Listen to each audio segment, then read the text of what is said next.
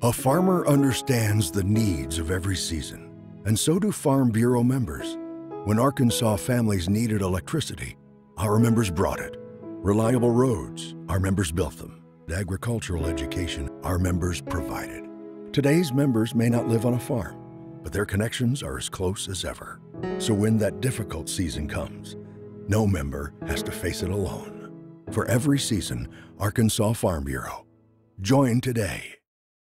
Well, thank you, Roby. This is both an environmental and economical project by Delta Plastics and a consortium of agricultural interests in Arkansas. Leaders say it could reduce water usage by 20% by the year 2020. And here to talk about it this morning is Dhu Thompson, the chairman of Delta Plastics. Randy Young is with us, the executive director of the Arkansas Natural Resources Commission, and Nathan Reed, a cotton farmer in East Arkansas and vice chair of the Cotton State Support Committee. Gentlemen, thanks very much for being with us this morning. First of all, this is an exciting project. I know you guys are excited to talk about it, and growing up in southeast Arkansas, you hear those irrigation pumps running all summer long. I know that it takes a lot of water to irrigate crops in Arkansas. Talk a little bit about if it needs to be done more efficiently, then it must be being done somewhat inefficiently now. What are the challenges that farmers face? I guess, Nathan, we could start with you on that in terms of irrigating their crops and doing it in an efficient way. I would say anybody out there that drives a vehicle knows how and pays an electric bill knows how the energy costs have increased. Our energy cost of our pumping costs have increased dramatically in the last even 5 to 10 years. We've been using poly irrigation tubing for a while, but it's somewhat inefficient. It's kind of a guessing game to figure out what size hole you punch, where you lay certain pipes, and this Delta Plastics software that they have introduced has allowed us to go in and make the irrigation process very efficient, and that's where we really need help because of the increased pumping costs and also to conserve water and just the time and labor that it takes to do the irrigation now. Randy, let's go to you on the conserving water. You talk about the waste that Nathan is referring to there. How much is it? Can you quantify it? Yeah, we think we can. In working with the Delta Plastics and updating their state water plan, we think there's a real opportunity to increase the efficiency anywhere from 18 to 26%, meaning you use that much less water. So it's very real, and it's something that we're counting on in terms of being able to meet or to reduce the groundwater gap between now and 2050. You from that part of the state, you know we've got a serious groundwater overdraft or groundwater mining in that part of the state, and which means we're pumping it faster than nature's recharging it, and we've got to reduce that. Improving the efficiency is probably the cheapest way to go about doing that, and so that's what's the real upside with this approach. When you can meet anywhere from 18 to 26% of the gap just by being more efficient, we need to do that first and foremost. Well, Dhu, I'd love to hear the story on how this kind of worked out, because we're talking about software, right? That's correct. That was 20 years old. That's correct. Tell me about how it's been updated. Yeah, sure. Well, 3 engineers with NRCS in the Missouri area at the time, Keith Admire, Doyle Birch, and John Hester, came up with this idea. So Delta Plastics did not, but we have the flag and they're carrying it forward. When you irrigate with poly irrigation tubing, as Nathan had mentioned, there's a lot of excess water runoff. So these gentlemen started thinking about friction loss of water through pipe, and they did the financial algorithms of how could you diminish, how could you make the water come across the field equally all at the same time, and you would not water out your first several rows a lot quicker than your other, and decrease what they call tailwater recovery. So with that, they developed a software program called Faucet at the time. And it was a great idea because that's what it was, the study of friction loss of water through pipe. And with that, the Faucet program, great idea, but was not user-friendly. And it sat on the shelf for about 15 years, and some farmers used it with some success, but it was intimidating. So 4 years ago, I contacted the NRCS and actually talked to Keith Admire, and I said, great product, but nobody's using it per se. And we think if we can rewrite this software and make it user-friendly, even to the point of getting it to an app form on an iPhone, it will change significantly how we water in the Delta. So with their permission, we started. And what Delta has done over the last 4 years is spend over $1.5 million of developing this software from the original faucet to what we now call Pipe Planner. Okay. It will save conservatively, it will save the farmer about 25%. And these are proven tests that we've done over the last 4 years. So we started out the program as a financial model because we felt like it was an opportunity because we saw how much savings it was for the farmer financially. Plus we also saw what it was doing in the aquifer. But after that 4-year period, up to now, we started to realize the sincere impact it was going to have on the Delta, not only our Delta, but all around the world for those that can use poly-irrigation pipe. And so with that, we said, you know, we can accomplish more if we donate our financial resources, make this a user-friendly product, get it to the app form, and then we can make a significant impact on the environment. All right, so when you're using terms like software and apps, you know, how many farmers are prepared or set up to do that? I mean, I'm thinking 20 years ago when I was a kid they weren't, but I'm sure that there's more than you think. Nathan, you could talk about that. Well, I mean, I have an iPad with me every day. I do conduct, I'd say, the majority of my business on an iPad, between email and just weather and checking the markets and iPhone.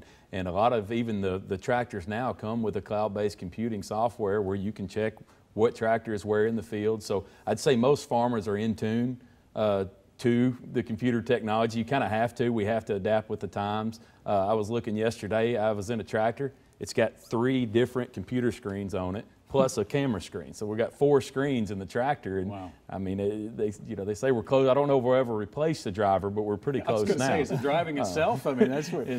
It does. Yeah. It does. And where the thing is that's neat about this program is that they already had an affiliation in place with people that you paid them a fee, and they came out and set this program up for you.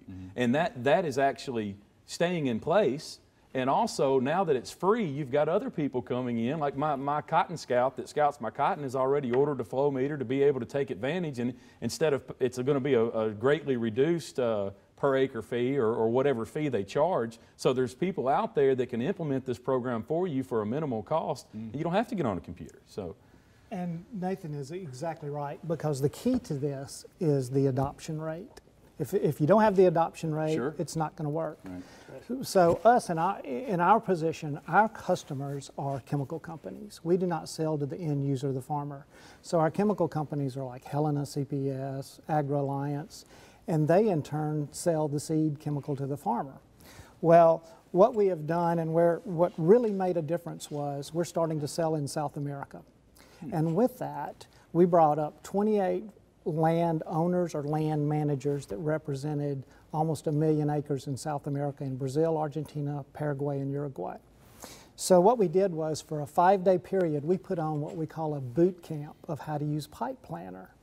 And with Google Earth, they were able to pull up their farms and their particular fields in South America and lay that design out. So they became very excited about it, because in South America, they still just use ditches. Polypipe is not around much. And they saw the efficiency in the water and the efficiency in the time and the efficiency in the fuel. And it was like their lights went off. And then we recognized, wow, if it can make that kind of impact with them based on a 5-day boot camp to learn how to use this in an app form, think what it would do for our farmers at home. Yeah, I want to go back to the fact too that you said that this is going to be offered to farmers for free. How do they get it? Sure. We actually have an individual that does this. We have several individuals that are irrigation specialists. So what we did was our goal or promise to the grower is Right now, it is not in app form, but in the next 6 months, it will be in that app form. But if you were a farmer right now, you could call Delta Plastics or anyone that may be associated with this particular product, and they can help you implement it. We do it now, but also this app, the best way to equate it is our goal is to get it to be like a TurboTax. Okay. For irrigation. Yeah. So you can do it yourself. Yeah. Now, Nathan made a good point. If you don't want to do it yourself, there will be entities out there, not through Delta Plastics necessarily, but through chemical companies, crop consultants, etc., that can help implement this for you, but it'll probably be a per acre fee, whatever the market would bear. But the farmer can do it himself. Now, it's pretty clear, Randy, that the state would want to get behind something like this. What's the state's role in this, and what kind of environmental impact can it have long term? Well, in the water plan, we've determined that we are over pumping the aquifer by about 60%, which means that is a serious problem. Yeah. One of the things we recommended back in the 1990 plan was we needed to be more efficient in terms of how we use water. You know, we're talking here anywhere from 18 to 26% improvement in efficiency. That's big in terms of reducing the amount of groundwater that's got to be pumped. And we're still going to have to develop some alternative surface supplies in order to get the groundwater pumping back to the sustainable level.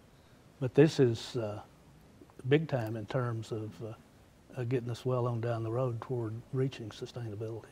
Scott, if we, for talking purposes, there's between 5 and 6 million acres of row crops in our delta, Arkansas, Louisiana, Mississippi, Missouri.